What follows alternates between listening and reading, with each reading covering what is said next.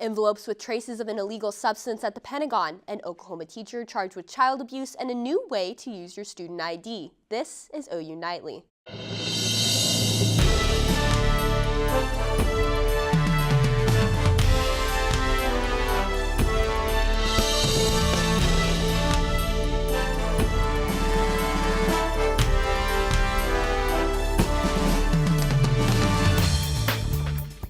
Thanks for joining us for OU Nightly. I'm Cal Day. And I'm Kelsey Hovanetz. We begin tonight with breaking news: suspicious envelopes at the Pentagon. Pentagon officers are reporting 2 envelopes containing ricin were discovered late Monday. OU Nightly Storme Jones is spending the semester reporting from Washington. He joins us live with the latest. Storme. And Cal and Kelsey, here's what we know about those 2 packages this evening. One was sent to Defense Secretary Jim Mattis, the other to the Navy's top officer, Admiral John Richardson. The Pentagon believes both envelopes contained ricin, a poison made from castor beans. The envelopes did not actually enter the Pentagon because the mail facility is not on the grounds but in a separate building. Both envelopes have been turned over to the FBI. The Pentagon spokesperson says all mail at the facility is under quarantine and no one at the Pentagon is in any danger at this time. Ricin can be used as a weapon capable of causing death, and according to the CDC, there is no known antidote to reverse the effects of the poison. And guys, an update to a story we've been covering for weeks here in Washington. This evening, a letter was released from Christine Blasey Ford's attorney, a woman accusing Judge Brett Kavanaugh of sexual assault. The attorneys say their client has been asking the FBI to interview her about her accusations. They say they have heard nothing from the FBI in the 5 days since the investigation began. They call that inconceivable. Reporting live in Washington, D.C., Storme Jones, OU Nightly. All right, thank you, Storme. A similar situation in Houston also breaking this afternoon. A spokeswoman for Republican Senator Ted Cruz says a package addressed to Cruz's Houston campaign headquarters caused a lockdown. The Houston Fire Department says 2 people were taken to a hospital after being exposed to a white powdery substance. Staff from Cruz's office says the package was open in the lobby. So far, initial tests for a dangerous substance came back negative. And an Oklahoma principal accused of paddling 2 elementary school students has been charged with child abuse and placed on administrative leave. Gary Gunkel, the principal of Indianola Public Schools, was charged after bruising 2 students with a wooden paddle. Gunkel later apologized, saying he paddled the elementary students the same way he paddled high school students. A preliminary hearing conference is scheduled for October 12th. And the U.S. Supreme Court declined to hear an appeal from an Oklahoma inmate on death row. Emmanuel Littlejohn was sentenced to death following the murder of a convenience store owner during a robbery in 1992. The 46-year-old admits to taking part in the robbery but not firing the fatal shot. Littlejohn has exhausted his appeals and is now eligible for execution. And it's been a beautiful day out there today, Kelsey. Yes, it has. Meteorologist Trey Bell is live on the South Oval. Trey.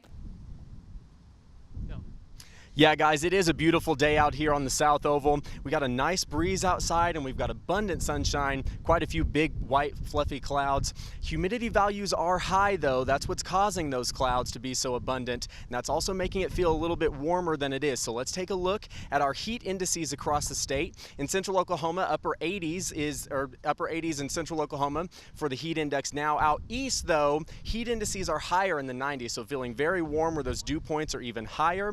And also our wind speeds are high across the state, so wind speeds in western Oklahoma very high. That will continue into tomorrow. Weather headlines: hot and muggy conditions continue, but big time rain for this weekend. Back to you guys in the studio. Well, thanks, Trey.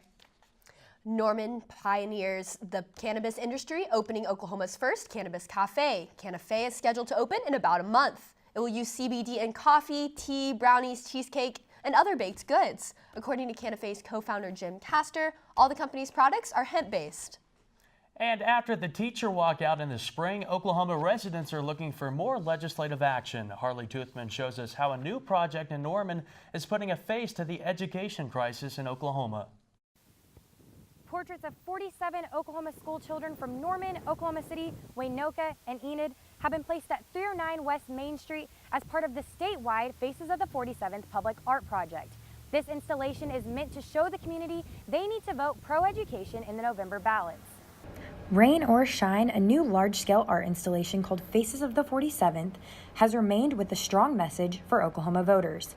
The Faces of the 47th refers to Oklahoma's ranking as 47th nationally in overall educational funding.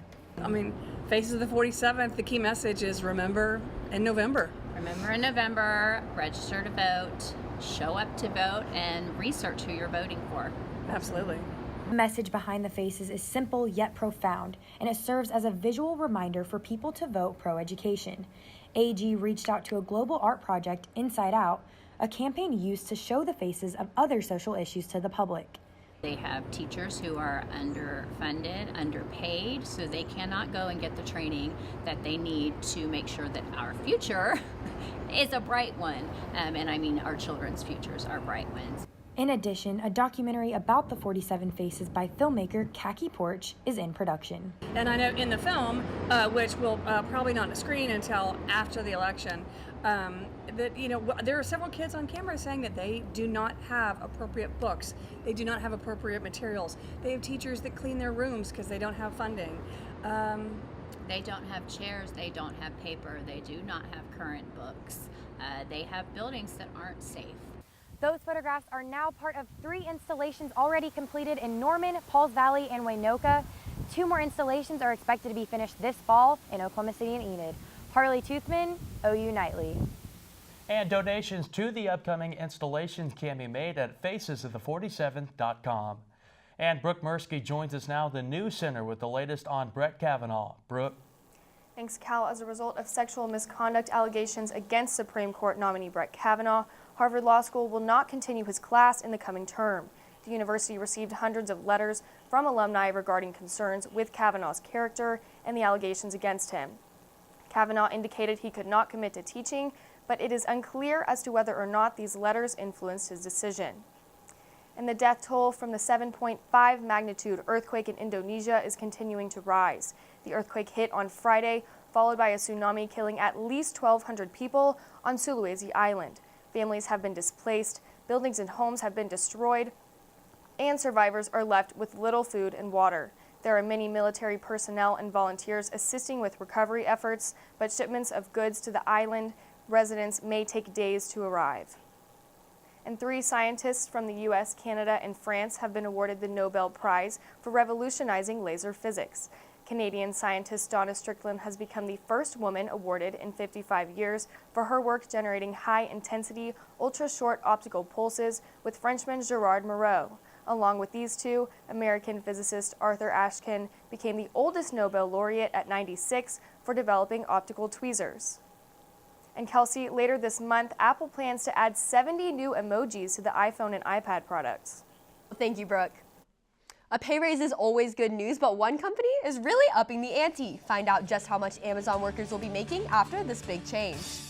Plus, quit carrying that plastic student ID, but still always have it on you. Find out how when OU Nightly continues.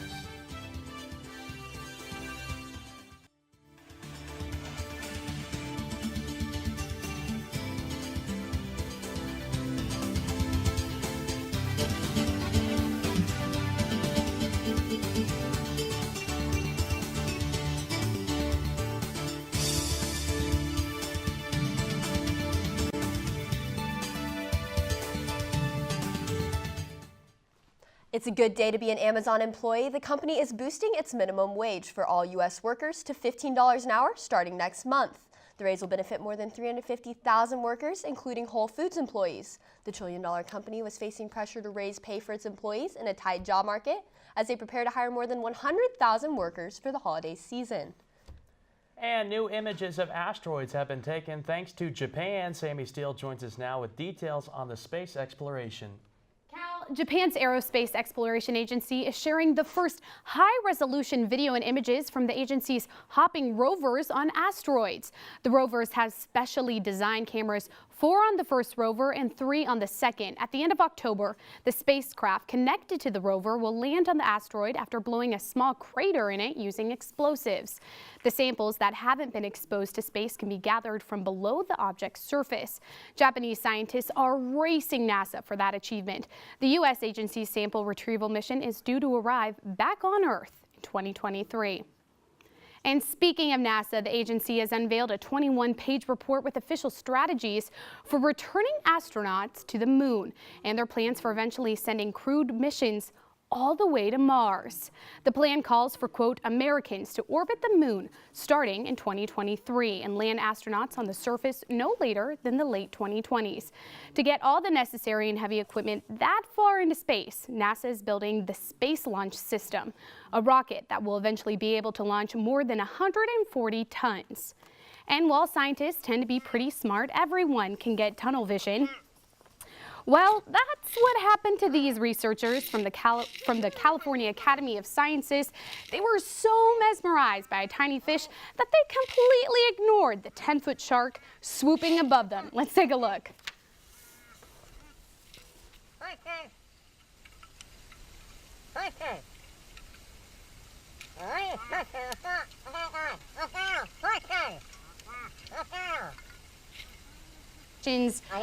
Safety officer, he said no need to worry, even though he was alarmed. He was not the researcher himself, but those 6-gill sharks, they are not associated with aggression towards humans, so no need to worry. But it is pretty ironic, the fact those scientists, they were so mesmerized with the little things, they were missing that big great white above them. Or that, what was what is that?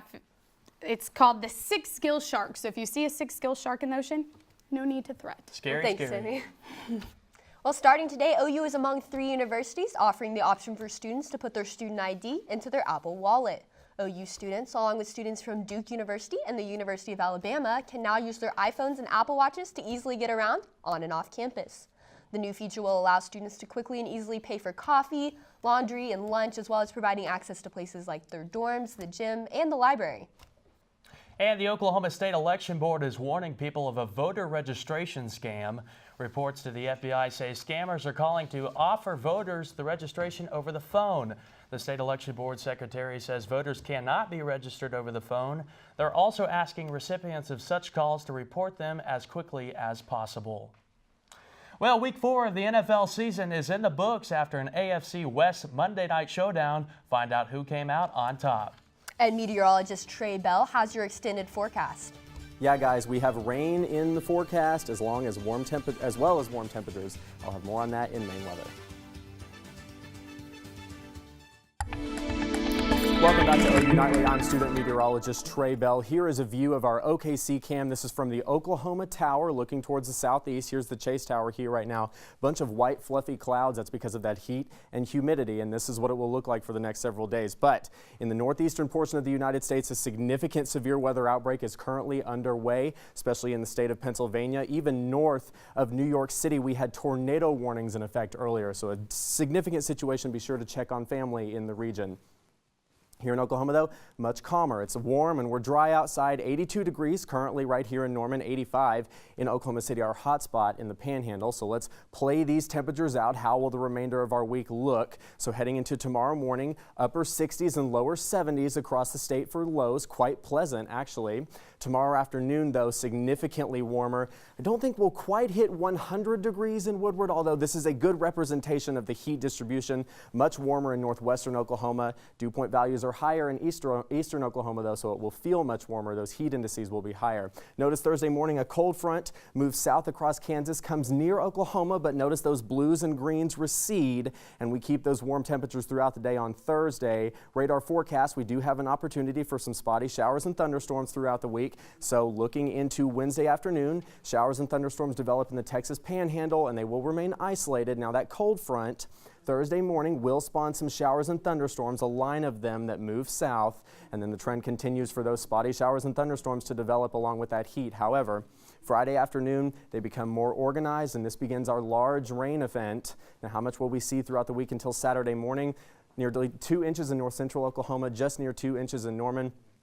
Evening planner, partly cloudy skies remain. Lows tonight, lower 70s. Day planner tomorrow, 70s and 80s for highs. Partly cloudy skies, and heading into that 7-day forecast, 86 for a high tomorrow. Heat continues with abundant sunshine, but this Saturday, heading all the way through next week, very high rain chances. And so this has been a weekly trend, and pretty much every weekend we've gotten rain, and this one is no different.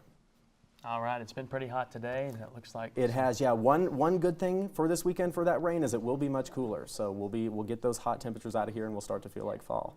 All right, thank you, Trey. Absolutely. And it's Red River Showdown Week, and OU's Naval ROTC unit is hitting the ground running, literally. The midshipmen continue their 20-year tradition of running from Norman to the Cotton Bowl in Dallas, where the game takes place Saturday. The runners will deliver the game ball and are set to take off just before 8 o'clock tomorrow morning. Be sure to stay with OU Nightly to find out who comes out on top. And the commute, Kelsey, will last nearly 200 miles over the next 3 days. Well, Alex Antonides is here now as the game gets closer. Yeah, Cal and Kelsey, we'll give you a preview of the Red River Showdown, and it's officially October. That means postseason baseball. We'll preview tonight's game right here after the break.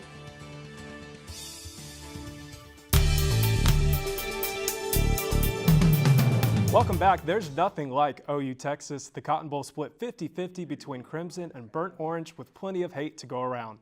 Parker Thune sets the scene for Saturday's Red River Showdown. It's a college football classic. It's a Southern staple. It's an American tradition. And this Saturday, in the heart of Dallas, amidst the bustle of the Texas State Fair, in front of over 90,000 euphoric fans crammed elbow to elbow inside the historic Cotton Bowl, the Oklahoma Sooners and the Texas Longhorns will write another chapter in the long and fabled history of the Red River rivalry. For Sooner faithful far and wide, it's arguably the most anticipated day of the year. Not even Owen Field in all its glory can even approximate the electric atmosphere of the Cotton Bowl every first Saturday of October. It's definitely crazy. You make a play in this game, you know, you pretty much remember for forever. So it's a great game, great environment. I'm looking forward to a big one this week. I learned about, you know, this rivalry last year and seeing, you know, the full experience of it, so I'm very excited. For us to, you know, be on this stage now, playing with those guys, it's very special to me. Oklahoma and Texas haven't entered this game simultaneously ranked since they squared off in 2012. That contest proved to be a memorable one for Sooner Nation, as OU pummeled the Longhorns 63-21 in a game most remembered for Trey Millard's iconic hurdle. With that in mind, Sooner fans are certainly hoping history repeats itself. As in years past, this year's showdown will kick off at 11 a.m. with national television coverage on ESPN. Parker Thune, OU Nightly. Football, not the only Sooner sports in action this week. The Sooners volleyball stars Paige Anderson and Kira Morikawa visited the Sooner sports pad set last night.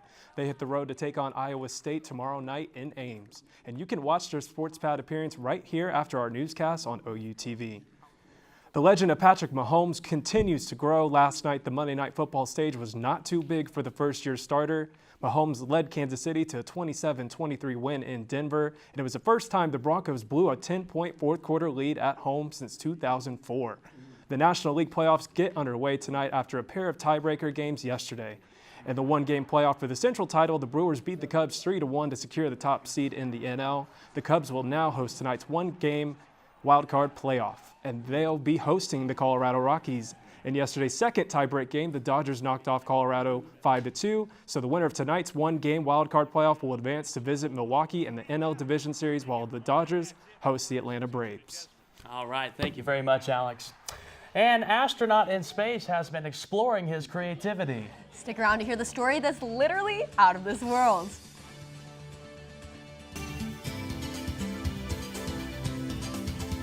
I'm Candace Coonrod at the Update Desk. Guns stolen from a UPS distribution center in Memphis have been recovered in Chicago. There were 400 guns stolen in the burglary. This makes it one of the largest single gun thefts the Bureau of Alcohol, Tobacco, and Firearms has investigated. Back to you, Cal and Kelsey.